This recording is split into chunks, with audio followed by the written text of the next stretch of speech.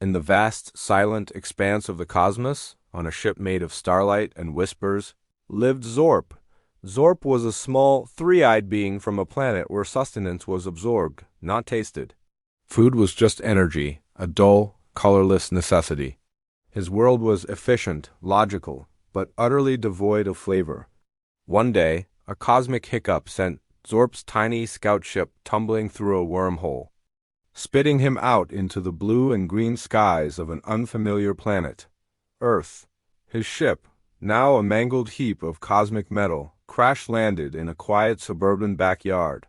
Frightened and disoriented, Zorp peeked out. The air was thick with strange, wonderful smells he couldn't identify. His third eye, which usually processed complex data streams, was overwhelmed with sensory information it had never encountered. He saw a peculiar structure, a house, from which these intoxicating aromas wafted. Driven by a curiosity he never knew he possessed, he scurried towards an open window. Inside, a family was gathered around a large table. In the center, bathed in the warm glow of the kitchen lights, sat the most magnificent object Zorp had ever seen.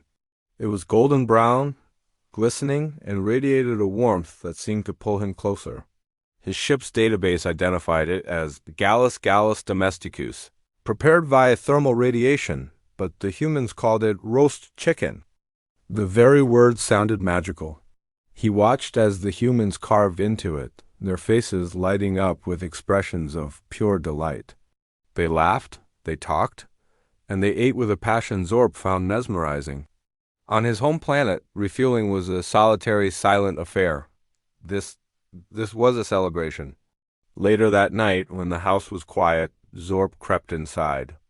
A small piece of the roast chicken had been left on a plate.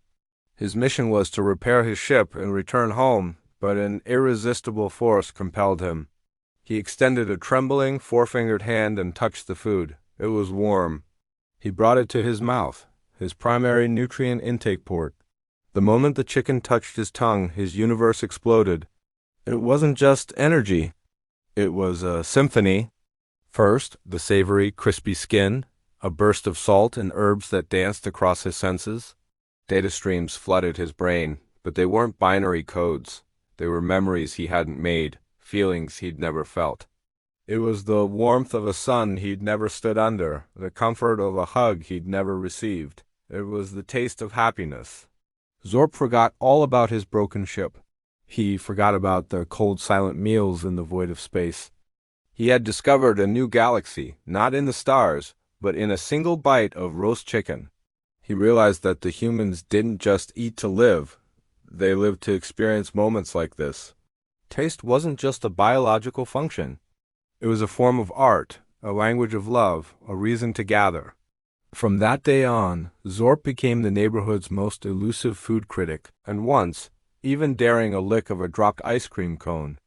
Each new flavor was a new adventure, a new lesson about the beautiful, chaotic, and delicious planet he now called his secret home.